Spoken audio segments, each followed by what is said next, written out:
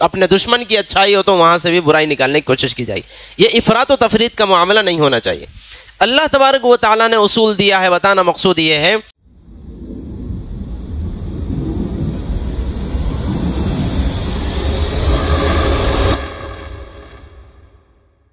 اللہ من الشیطان الرجیم بسم اللہ الرحمن الرحیم. تلک الرسل فضلنا بعضهم على بعض منهم من کلم اللہ ورفع بعضهم درجات الى آخرہ. صدق اللہ العلی العظیم. محترم دوستوں اور بھائیوں، آج کے دن ہم لوگوں کو قرآن پاک کی جن آیات کا مختصر خلاصہ سمجھنا ہے، اس میں سب سے پہلے اللہ تبارک و تعالیٰ نے یہ بات بیان فرمائی کہ اللہ تعالیٰ نے انبیاء علیہم السلام میں درجات بنائے ہیں. جتنے انبیاء دنیا میں آئے ہم سب جانتے ہیں، تقریباً 1.25 لاکھ انبیاء علیہم السلام ہیں، لیکن سب کا مقام ایک نہیں ہے. کسی کا مقام بڑا ہے، کسی کا مقام ان سے چھوٹا ہے. مختصراً کہا جائے تو جیسے ہم سب جانتے ہیں، ہمارے نبی محمد الرسول اللہ صلی اللہ علیہ وسلم کا مقام تمام انبیاء اور رسول میں سب سے افضل ہے. حضور فرماتے ہیں میں کائنات میں سب سے پہلا بھی میں ہوں اور سب سے آخر میں بھی میں ہوں. یعنی سب سے پہلا نبی میں ہوں. میری نبوت ذاتی نبوت ہے اور بقیہ انبیاء کی نبوت عطائی نبوت ہے. اتنا ذہن میں رکھے، تفصیل کا موقع نہیں. اور سب سے آخری نبی بھی حضور ہیں. حضور کے بعد نبوت کا سلسلہ بھی ختم ہے. اور کل قیامت میں جب قبریں کھولی جائے گی تو سب سے پہلے آقا صلی اللہ علیہ وسلم کی قبر مبارک کو ہی کھولا جائے گا. اور کل قیامت میں جب انبیاء علیہم السلام کی بھی ہمت نہیں ہوگی کہ اللہ تعالیٰ سے گفتگو کریں، بات کریں، کسی کی سفارش کریں، اس وقت ایک ہی ذات محمد الرسول اللہ کی ہوگی. آپ ہی سجدے میں گریں گے اور اللہ تعالیٰ سے سفارش شروع فرمائیں گے. اس کے بعد ہی پھر دوسرے لوگوں کی سفارش کا سلسلہ شروع ہوگا. اللہ تعالیٰ دوسروں کو بعد میں اجازت دیں گے. اور جہاں جنت میں جانے کی بات ہے تو انبیاء سے پہلے سب سے پہلے حضور جنت میں جائیں گے، اس کے بعد انبیاء علیہم السلام جنت میں جائیں گے. بہرحال خلاصہ یہ کہ ہمارے نبی کا مقام سب سے اعلیٰ اور افضل ہے. اس کے بعد وہ انبیاء علیہم السلام جن کو خدا تعالیٰ نے بڑی بڑی کتابیں نصیب فرمائی ہیں، جن کو توریت دی، انجیل دی، زبور دی. پھر وہ انبیاء علیہم السلام جن کے نام باری تعالیٰ نے قرآن پاک میں ذکر فرمائے، تقریباً 25 انبیاء ہیں، ان کے واقعات ذکر فرمائے. اس کے بعد رسولوں کا مقام ہے، اس کے بعد نبیوں کا مقام ہے. دیکھیں رسول اور نبی میں مختصر سا فرق ہوتا ہے، اس کو سمجھ لیجئے. رسول کہتے ہیں ہر ایسے نبی کو کہ جس کو اللہ تبارک و تعالیٰ نے نئی کتاب اور نئی شریعت دی ہو. اس کے مقابلے میں نبی کہتے ہیں اس نبی کو جو پچھلے نبی اور پچھلے رسول کی شریعت پر، اسی کی کتاب پر عمل کروانے کے لیے اس کے ساتھ میں آیا. شریعت بدل گئی اور نئی کتاب آئی، نئی شریعت آئی کسی نبی کے ساتھ تو وہ رسول ہے. نبی تو ہے ہی لیکن رسول بھی ہے. اور نبی اس کو کہتے ہیں جو پچھلے رسول کی شریعت پر ہی لوگوں کو عمل کروانے کے لیے دنیا میں آیا ہو، اس کا سپورٹر بن کے، اس کو کہتے ہیں نبی. بہرحال خلاصہ یہ کہ اللہ تعالیٰ نے انبیاء علیہم السلام کے مقام اور مرتبے میں اونچ نیچ رکھی ہے. اور یہ معاملہ صرف انبیاء کے ساتھ نہیں، دنیا میں جتنی چیزیں ہیں سب کے ساتھ یہی حال ہے، ہم سب جانتے ہیں. فرشتوں میں حضرت جبرائیل کا، میکائیل کا، اسرافیل کا، عزرائیل کا جو مقام ہے وہ دیگر فرشتوں کا نہیں ہے. صحابہ کرام میں صدیق اکبر کا، فاروق اعظم کا، عثمان غنی کا، علی المرتضیٰ کا جو مقام ہے وہ دیگر صحابہ کا نہیں. پھر عشرہ مبشرہ کا جو مقام ہے وہ دیگر صحابہ کا نہیں. جنگ بدر میں شریک ہونے والوں کا جو مقام ہے وہ شریک نہ ہونے والوں کا نہیں. فتح مکہ سے پہلے ایمان لانے والے جو صحابہ کا مقام ہے وہ بعد والوں کا نہیں. بہرحال یہ ترتیب اللہ تعالیٰ نے تقریباً ہر جگہ پر رکھی ہے. وہی بات انبیاء کے بارے میں بھی بیان فرمائی. آگے اللہ تبارک و تعالیٰ فرماتے ہیں کہ ہم لوگوں کو، ہم مال خرچ کرنے کے عادی بنے ہر دین کے کام میں، ہر اچھے اور نیک کام میں مال خرچ کرنے کے عادی بنے، کنجوسی نہ کریں. اللہ تعالیٰ فرماتے ہیں من قبل ان یاتی یوم لا بیع فیہ ولا خلۃ ولا شفاعہ. اس دن کے آنے سے پہلے پہلے مال کو خرچ کرنے کی عادت ڈال لیں کہ جس دن جو بیع و شراء بھی نہیں ہوگی، خرید و فروخت نہیں ہوگی، لین دین نہیں ہوگا، وہاں آدمی کو خرچ کرنے کا کوئی موقع نہیں رہے گا، اس دن کے آنے سے پہلے خرچ کرنے کی عادت ڈال لے۔ سب سے فضیلت والی آیت کہا گیا ہے آیت الکرسی کو۔ وہ عام طور پر لوگوں کو یاد ہوتی اب بھی ہے، لیکن بہت کم لوگوں کو یاد ہوتی ہے۔ ایک زمانہ پہلے 15 25 30 سال پہلے جب وہ فاتحہ کا زمانہ چلا کرتا تھا، ہم سب جانتے ہیں شہروں میں عام طور پر فاتحہ کا سلسلہ چلتا تھا، تو فاتحہ کی برکت سے بہت سارے لوگوں کو آیت الکرسی یاد رہتی تھی۔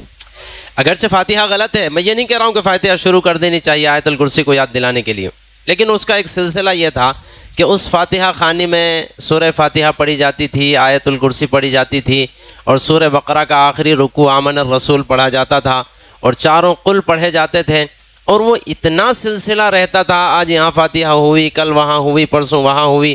تو جو عام طور پہ اس میں شرکت کرتے تھے ان لوگوں کو آیت الکرسی بھی یاد رہتی تھی، لیکن وہ فاتحہ خوانی کا سلسلہ ختم ہوا تو اب کسی کو آیت الکرسی یاد بھی نہیں رہی۔ بہرحال اسے یاد کرنا چاہیے۔ اللہ تبارک و تعالیٰ نے اس کی بڑی فضیلت بیان فرمائی۔ ایک مرتبہ اللہ کے نبی نے ایک صحابی حضرت ابی بن کعب رضی اللہ تعالیٰ عنہ سے سوال کیا، تم جانتے ہو کہ قرآن پاک میں سب سے زیادہ محتم بالشان آیت کون سی ہے؟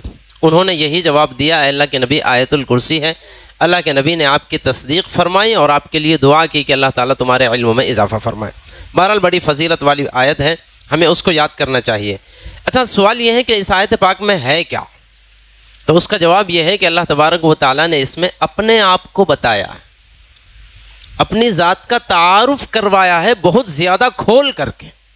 میں کیا ہوں، میری صفات کیا کیا ہے، اس کو بہت زیادہ کھول کر کے اللہ نے تعارف فرمایا ہے۔ اور ایک جملہ عرض کر دوں، پچھلے 2 دن پہلے ہمارے درمیان بات آئی، تکبر کرنا انسان کے لیے خطرناک گناہ ہے، شرک کے بعد سب سے بڑا گناہ ہے، وہی تکبر اللہ تبارک و تعالیٰ کی چادر ہے۔ اللہ تعالیٰ اس بات کے قابل ہے، اللہ کو زیبا ہے یہ بات کہ وہ تکبر کرے۔ اس آیت پاک سے اللہ تبارک و تعالیٰ کا تکبر جھلکتا ہے، اس لیے اللہ تعالیٰ نے اس آیت پاک کو قرآن پاک میں سب سے محتم بشان آیت بنائی ہے۔ بہت اہم آیت ہے، اللہ تعالیٰ کا تعارف ہے اس میں۔ میں چاہتا ہوں اس کا ترجمہ مختصر انداز میں آپ سمجھیں۔ چنانچہ اللہ تعالیٰ فرماتے ہیں، اللہ لا الہ الا ہو، اللہ وہ ذات ہے کہ اس کے علاوہ کوئی معبود نہیں، الحی القیوم، وہ ہمیشہ سے زندہ ہے اور خود بھی زندہ ہے، دوسروں کو بھی سنبھالنے والا ہے۔ یہ ان 2 جملوں کے بارے میں ذہن میں رکھیں، یہ جو 2 نام ہے الحی القیوم، ان کے بارے میں بعض علماء کا فرمان ہے کہ یہ اسم اعظم میں سے ہیں۔ اسم اعظم کس کو کہتے ہیں؟ اللہ کے نبی نے ایک حدیث پاک میں بیان فرمایا، اللہ تعالیٰ کا ایک اسم اعظم ہے۔ اسم اعظم کا لفظی معنی اللہ کا سب سے بڑا نام۔ اللہ کے رسول فرماتے ہیں اللہ کا ایک اسم اعظم ہے، جو بندہ اسم اعظم پڑھ کر کے اس نام کے وسیلے سے اللہ تعالیٰ سے دعا کرے گا، اللہ تعالیٰ اس کی دعا ضرور قبول فرمائیں گے۔ لیکن اللہ کے نبی نے ہمیں وضاحت کے ساتھ نہیں بتایا کہ فلانا اسم اعظم ہے، لیکن یہ حضور نے بتایا ہے وہ اسم اعظم وہ ہے جو سورہ بقرہ میں اور سورہ طٰہٰ میں آیا ہے۔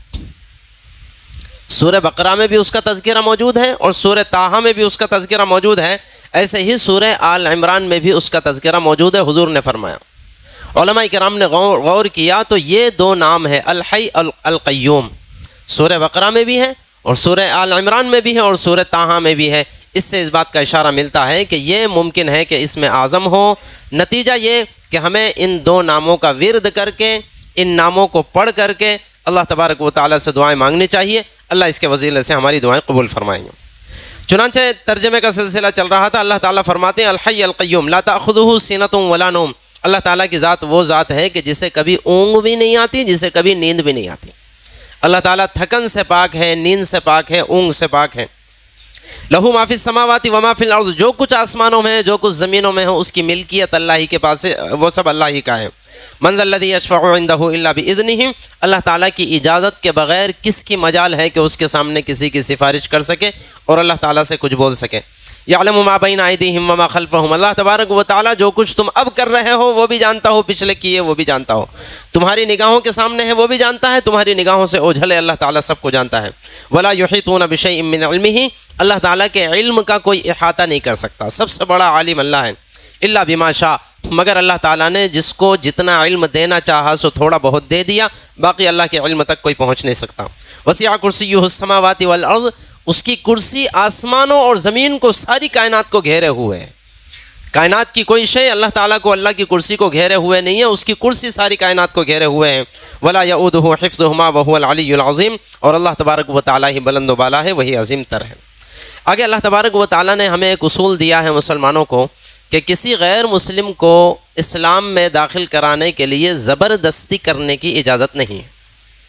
ہم زبردستی کسی کو مسلمان بنانے کی اجازت نہیں رکھتے۔ اچھے اخلاق سے مسلمان بنایا جائے، اچھا کردار دکھایا جائے، اسلامی تعلیمات سامنے رکھی جائے، اس کی تو اجازت ہے، لیکن زبردستی کرنے کی ہمیں اجازت نہیں ہے۔ آگے اللہ تبارک و تعالیٰ نے ایک کے بعد دیگر 3 واقعات ذکر فرمائے انبیاء علیہم السلام کے۔ ایک واقعہ ہے حضرت ابراہیم علیہ السلام کا، جس کا خلاصہ یہ ہے کہ حضرت ابراہیم اس وقت کے بہت بڑے بادشاہ نمرود سے گفتگو فرما رہے تھے، تو اللہ تبارک و تعالیٰ کا تعارف فرما رہے تھے، اللہ تعالیٰ کی ذات ایسی ہے، اس کی صفات ایسی ہے۔ اس میں حضرت ابراہیم نے فرمایا کہ میرا رب وہ ہے جو زندہ کرنے اور مارنے پر قادر ہے، میرا رب ہی کسی کو زندگی دیتا ہے اور وہی کسی کو موت دیتا ہے۔ تو اس نے صحیح سے حضرت ابراہیم کہہ کیا رہے ہیں سمجھا نہیں، اور سمجھ کر کے کہنے لگا کہ یہ کون سی بڑی بات ہے، یہ تو میں بھی کر سکتا ہوں۔ چنانچہ اس نے ایک قیدی کو بلایا کہ جس کو پھانسی کی سزا سنائی گئی تھی، اس سے کہا کہ جا تو آزاد ہے، اسے آزادی دے دی، اس کی موت کی سزا معاف کر دی۔ اور ایک نادان غلام کو بلایا اور جلاد کو حکم دیا کہ اس کی گردن اڑا دو، چنانچہ اس کی گردن اڑا دی گئی۔ حضرت ابراہیم سے کہنے لگا کہ دیکھو موت و حیات کا مالک تو میں بھی ہوں، یہ زندہ تھا اس کو میں نے اپنے اختیار سے مار دیا، یہ مرنے والا تھا اس کو میں نے اپنے اختیار سے زندگی دے دی، موت و حیات کا مالک تو یہی ہے۔ حضرت ابراہیم علیہ السلام نے سمجھ گیا اس کی عقل اتنی کمال والی نہیں ہے کہ میری دلیل کو سمجھ سکے۔ اصل میں حضرت ابراہیم یہ کہنا چاہتے تھے کہ اللہ تبارک و تعالیٰ موت و حیات کا مالک ہے، کا مطلب یہ ہے کہ نیست سے ہست میں لانا، یعنی ایسی چیز کہ جس کا کوئی دنیا میں وجود ہی نہیں اس کو وجود دے دینا۔ زندہ کرنے کا مطلب یہ ہے، اور مارنے کا مطلب یہ ہے کہ کس کی روح کس وقت قبض کی جائے گی، کس جگہ پر قبض کی جائے گی، کس دن میں، کس گھنٹے میں، کس منٹ میں اور کس سیکنڈ میں نکالی جائے گی، اس کا مالک اللہ تبارک و تعالیٰ ہے۔ جیسے ہم سب جانتے ہیں، ہم سب کا حال ہے، جس کی عمر مثلا 40 سال ہو، 40 سال سے پہلے وہ دنیا میں نہیں تھا، بستے کی شکل میں تھا، ہڈیاں بنی تھی کہ نہیں بنی تھی، جان پڑی تھی کہ نہیں پڑی تھی، یا نطفے کی شکل میں تھا یا نطفہ بھی بنا کہ نہیں بنا تھا، ہم کچھ نہیں جانتے۔ اللہ نے بغیر کچھ کے ہمیں وجود بخشا، پیدا کرنا، زندہ کرنے کا مقصد یہ ہے۔ بہرحال اس نے دلیل کو صحیح سے سمجھا نہیں اور یہ جواب دیا، تو حضرت ابراہیم علیہ السلام نے کہا کہ یہ موٹی عقل والا آدمی ہے، اس کو موٹے انداز میں سمجھانا چاہیے۔ چنانچہ اپنا وار پلٹا اور حضرت ابراہیم علیہ السلام نے فرمایا میرا رب وہ ہے جو ہر روز مشرق سے سورج کو نکالتا اور مغرب میں ڈباتا ہے، اگر تجھ میں اختیار ہے تو ایسا کر کہ آج کے دن مغرب سے سورج کو نکال دے اور مغرب میں ڈبا کر کے بتا۔ اب وہ سجدر رہ گیا، یہ تو کرنے کو نہیں تھا، چنانچہ اللہ تبارک و تعالیٰ نے اس کو وہاں ذلیل کیا۔ دوسرا واقعہ حضرت عزیر علیہ السلام کا اللہ تعالیٰ نے ذکر فرمایا۔ فلسطین کی ایک بستی سے گزر رہے تھے جہاں سارے کھنڈرات تھے، ساری بستی اور سارے لوگ وہاں کے مر گئے تھے اور بڑی بری حالت وہاں کی ہو گئی تھی۔ ایسے ہی سمجھیے جیسے کہ آج کی ہوئی ہے، اس سے کچھ زیادہ یا اس سے کچھ کم، بہرحال وہاں سے گزر رہے تھے اپنے گدھے پر یا خچر پر، تو انہوں نے اس بستی کو دیکھا تو کہا کہ اتنی زیادہ برباد ہو گئی بستی، اللہ تعالیٰ اس کو کیسے پیدا فرمائے گا۔ یعنی اللہ تبارک و تعالیٰ کی قدرت کو تعجب کی نگاہوں سے دیکھ رہے تھے۔ باری تعالیٰ نے چاہا کہ ان کو ان کی نگاہوں سے دکھلا دیا جائے، چنانچہ حضرت عزیر ہی کو اللہ تبارک و تعالیٰ نے موت دے دی اور 100 سال تک وہ وہاں مرے پڑے رہے۔ 100 سال کے بعد خدا نے ان کو زندہ کیا اور خود ہی پوچھا کہ بتاؤ تم کتنے دن زندہ رہے۔ حضرت عزیر فرماتے ہیں کہ باری تعالیٰ 1 دن 2 دن یا چند گھنٹے رہا ہوں گا۔ اللہ تعالیٰ نے فرمایا کہ 100 سال تک تم زندہ رہے ہو، اور 100 سال پہلے تم نے جو اپنے من میں بات پیدا کی تھی اس کا جواب یہ ہے، جس طرح سے ہم نے تم کو 100 سال کے بعد پیدا کیا، ہم قادر ہیں اس بستی کو بھی دوبارہ آباد کر۔ تیسرا واقعہ اللہ تعالیٰ نے حضرت ابراہیم علیہ السلام کا ہی بیان فرمایا، بڑا دلچسپ واقعہ ہے۔ حضرت ابراہیم نے ایک مرتبہ یہ سوچا کہ باری تعالیٰ مردوں کو کیسے زندہ کرتے ہیں یہ میں دیکھوں، میری چاہت ہے کہ میں اپنی نگاہوں سے دیکھوں۔ بعض مرتبہ بعض لوگوں کے ذہنوں میں بات آتی ہے کہ حضرت ابراہیم کو یقین نہیں تھا کیا، ایسا کیوں سوال کر لیا؟ ایک شعر وہ بہت مشہور ہے، تو نے پی کتابوں سے میں نے پی نگاہوں سے، فرق ہے بہت زاہد تیرے میرے پینے میں۔ یعنی ایک بندہ کتابوں میں کسی چیز کا مطالعہ کرے اور ایک بندہ اسی واقعے کا نگاہوں سے نظارہ کرے تو دونوں میں بہت بڑا فرق ہوتا ہے۔ حضرت ابراہیم کی چاہت یہ ہے کہ خدا تعالیٰ کے مرنے کے بعد دوبارہ زندہ کرنے کی کرامت کو میں اپنی نگاہوں سے دیکھوں۔ یہ تمنا حضرت ابراہیم علیہ السلام نے ظاہر فرمائی تو باری تعالیٰ نے اس کا انتظام فرمایا۔ چنانچہ حکم دیا کہ ابراہیم 4 پرندے پالو اور ان کا الگ الگ نام رکھو، ان کو خوب کھلاؤ پلاؤ، اپنے سے خوب مانوس کرو۔ جب وہ اتنے مانوس ہو جائے کہ جس پرندے کا نام لو تو وہ پرندہ اڑ کر تمہارے پاس آئے تو پھر 4 پرندوں کو ذبح کرو اور ان کے ٹکڑے کرو، اور مختلف 4 پہاڑوں پر ان سب کا خیمہ ملا کر کے تھوڑا تھوڑا رکھو۔ اس کے بعد پرندوں کا نام لو، تمہاری نگاہوں کے سامنے وہ پرندہ بنے گا، اڑتا ہوا آئے گا، وہ تم سے مانوس ہوگا، اور تم اس سے مانوس ہوگے۔ تم جانو گے کہ یہی پرندہ ہے جس کو میں نے ذبح کیا تھا، وہ جانے گا کہ میرا آقا یہی ہے، اور جس طرح پہلے تمہاری آواز پر آتا تھا بعد میں بھی تمہاری آواز پر آئے گا۔ باری تعالیٰ نے اس واقعے کو بھی بیان فرمایا۔ یہاں ایک بات سنتے چلے، 3 واقعات تسلسل سے اللہ نے بیان کیے، اور 3 ہی نہیں، سینکڑوں واقعات قرآن پاک میں موجود ہیں۔ ان واقعات کو اللہ تعالیٰ نے قرآن پاک میں بیان کیوں کیا؟ نعوذ باللہ من ذالک، یہ کوئی قصے کہانیوں کی کتاب ہے؟ نہیں، کہانیاں مقصود نہیں ہیں، لیکن بات اصل میں ایسی ہے کہ جو بندہ مثال کے طور پر اپنی اولاد کو کچھ بنانا چاہتا ہے، مثلا ہم اپنی اولاد کو پہلوان بنانا چاہتے ہیں تو ہمارا عقلی تقاضا یہ ہے کہ ہم اپنی اولاد کو بچپن سے ہی بڑے بڑے پہلوانوں کے واقعات سنائیں گے، ویسی ہمت دلانے کی کوشش کریں گے۔ جس لائن میں ترقی دلانا چاہتے ہیں اس لائن میں ترقی حاصل کر چکے لوگوں کے واقعات سنائے جاتے ہیں۔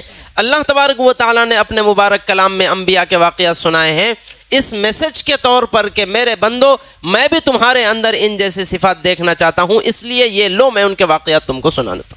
اللہ تعالیٰ ہم سب کو سمجھ کی توفیق نصیب فرمائے۔ آگے اللہ تبارک و تعالیٰ نے ہم جو بھی خرچ کریں اس کو اخلاص سے خرچ کرنے کا حکم دیا، اور اس کی 2 مثالیں بیان فرمائی ہیں۔ جو لوگ اخلاص سے خرچ کرتے ہیں ان کی مثال کیسی ہے، اور جو لوگ دکھلاوا ریاکاری سے خرچ کرتے ہیں ان کی مثال کیسی ہے۔ اللہ تعالیٰ فرماتے ہیں جو لوگ اخلاص سے خرچ کرتے ہیں ان کی مثال ایسی ہے کہ انہوں نے بہترین اچھی زمین میں بیج بویا ہے اور وہاں سے کھیتی اگی ہے، 1 دانے کے 100 200 500 دانے کے طور پر ان کو ملے ہیں۔ یہ مثال ان کی ہے، یہاں بوئیں گے کل قیامت میں کاٹیں گے۔ اور جو بندہ دکھلاوا ریاکاری سے خرچ کرتا ہے اس کی مثال ایسی ہے، باری تعالیٰ فرماتے ہیں جیسے کہ اس نے کسی پتھر پر دانہ ڈال دیا ہو۔ وہ پتھر نہ تو پانی کو چوس سکتا ہے، نہ وہاں سے کھیتی اگ سکتی ہے، نہ کوئی دانہ نکل سکتا ہے، نہ کوئی فائدہ ہو سکتا ہے، بس ڈال دیا، خرچ کر دیا، فضول ہو گیا، اس خرچ کرنے کا اسے کوئی ثواب نہیں ملے گا۔ آگے اللہ تبارک و تعالیٰ جل شانہ نے قرض کے لین دین کے سلسلے میں ہمیں ہدایت دی ہے۔ دیکھیں ایک اصول ذہن میں رکھیں، ہم لوگوں کا حال بہت زیادہ افراط و تفریط کا ہے۔ یعنی کیا مطلب؟ ہم کسی بندے سے دشمنی کرتے ہیں تو ایسی دشمنی کرتے ہیں، اللہ ہماری حفاظت فرمائے، دوستی بھی ہونی چاہیے اور دشمنی بھی ہونی چاہیے، لیکن دوستی کا معیار بھی اللہ ہو، دشمنی کا معیار بھی اللہ ہو، جیسے صحابہ نے کر کے دکھلائی۔ ایک صحابی رسول نے اپنے بیٹے سے گفتگو نہیں کی، بات بند کر دی، میں تجھ سے بات نہیں کرتا اللہ کی رضا کی خاطر۔ ایک حدیث کے متعلق اعتراض کر دیا تھا، ایسے کیسے ہو سکتا، کہنے لگے تو محمد الرسول اللہ کی بات پر سوال اٹھاتا ہے، میں تجھ سے بات نہیں کروں گا۔ دوستی بھی اللہ کے لیے، دشمنی بھی اللہ کے لیے، بہرحال یہ کمال درجہ ہے۔ لیکن بہرحال ہمارے پاس جیسی تیسی بھی دشمنیاں ہوتی ہیں تو دشمنیاں جب ہم کرتے ہیں تو اتنی حد سے آگے بڑھ جاتے ہیں کہ دشمن کی اچھائی میں سے بھی برائی ٹٹولنے کی کوشش کرتے ہیں۔ ہے ہمارے پاس ایسا ماحول، اللہ ہماری حفاظت فرمائے۔ کتنی اچھائی کیوں نہ کرے اس میں برائی ٹٹولنے کی کوشش کریں گے، اور اگر ہمارا اپنا ہو، دوست ہو، تو اس کی برائی کو بھی اچھائی بنانے کی کوشش کریں گے۔ وہ غیر تو بہت کم ہے آج کل کے ماحول میں، ہماری اپنی اولاد مثلا ہو، ہمارے والد کا معاملہ ہو تو غلط بھی ہو تو بھی چھپا کر کے اچھائی بیان کرنے کی کوشش کی جائے گی، اپنے دشمن کی اچھائی ہو تو وہاں سے بھی برائی نکالنے کی کوشش کی جائے گی۔ یہ افراط و تفریط کا معاملہ نہیں ہونا چاہیے۔ اللہ تبارک و تعالیٰ نے اصول دیا ہے، بتانا مقصود یہ ہے تمہارا خاص دوست کیوں نہ ہو، چاہے تمہارا سگا بھائی کیوں نہ ہو، اگر تم قرض کا لین دین کر رہے ہو تو 3 احکامات اللہ نے دیے۔ پہلا حکم یہ ہے کہ اس پر کسی کو گواہ بنا لیا جائے، دوسرا حکم یہ ہے کہ قرض کے لین دین کو لکھ لیا جائے، اور تیسرا حکم یہ ہے کہ واپسی کی تاریخ باضابطہ طے کی جائے۔ عام طور پر یہ جو جھگڑے ہوتے ہیں نا، بلکہ میں کہوں پارٹنرشپ میں عام طور پر ہوتا ہے، جو لوگ پارٹنرشپ میں کاروبار کرتے ہیں، لکھنے لکھانے کی کیا ضرورت ہے، ماشاءاللہ تم میرے بہت خاص دوست ہیں، مجھے تم سے کیا دوری، تم کو مجھ سے کیا دوری، محبتوں میں کاروبار شروع ہوتے ہیں، پھر جو شیطان دشمنیاں ڈالتا ہے تو پھر دنیا میں ان سے بڑا دشمن کوئی بھی نہیں رہتا۔ اس لیے اللہ کی اس ہدایت کو ہمیں ماننا چاہیے، کسی کے ساتھ بھی قرضے کا لین دین کیا جائے اس کا وقت بھی طے کرنا چاہیے، اس کو لکھا پڑھی کے ساتھ دینا چاہیے، اور گواہ بھی بنا لینا چاہیے۔ اللہ توفیق نصیب فرمائے۔ آگے اللہ تبارک و تعالیٰ نے اپنی محبت کا معیار بیان فرمایا، یعنی اگر کسی کو اللہ تبارک و تعالیٰ سے محبت ہے تو فرمایا اس کا معیار یہ ہے کہ رسول اللہ کی اتباع کر کے دکھاؤ۔ اگر تم حضور کی اتباع کر کے دکھلاتے ہیں تو اس بات کی علامت ہوگی کہ مجھ سے محبت ہے۔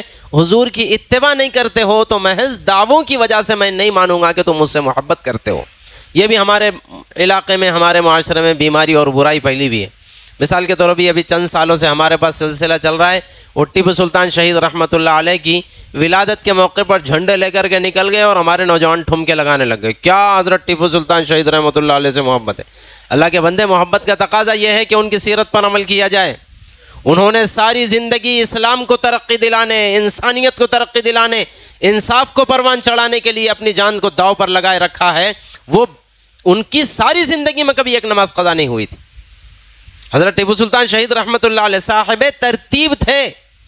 صاحب ترتیب کس کو کہا جاتا ہے؟ وہ بندہ جس کی بالغ ہونے کے بعد سے پوری زندگی ایک نماز بھی باقی نہ رہی ہو۔ ان سے محبت ہے تو ان کی سیرت پر عمل کیا جائے۔ ان کے نام پر جھنڈے لے کر ناچنے سے محبت کی علامت نہیں ہوتی۔ اللہ تعالیٰ فرماتے ہیں اللہ سے اگر محبت ہے تو اس کی دلیل یہ ہے کہ محمد کی اتباع کر کے دکھلاؤ۔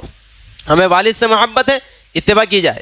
ہمیں رسول سے محبت ہے، اتباع کی جائے۔ ہمیں اللہ سے محبت ہے، اتباع کی جائے۔ ایسے ہی ہمارے اکابرین میں سے جس اکابر سے محبت ہے اس کی اتباع کی جائے۔ اس کے نام پہ ناچنا اس سے محبت کی علامت نہیں ہے۔ اللہ تعالیٰ مجھے بھی اور آپ کو بھی سمجھ کی اور عمل کی توفیق نصیب فرمائے۔ آمین۔ وآخر دعوانا ان الحمد للہ رب العالمین۔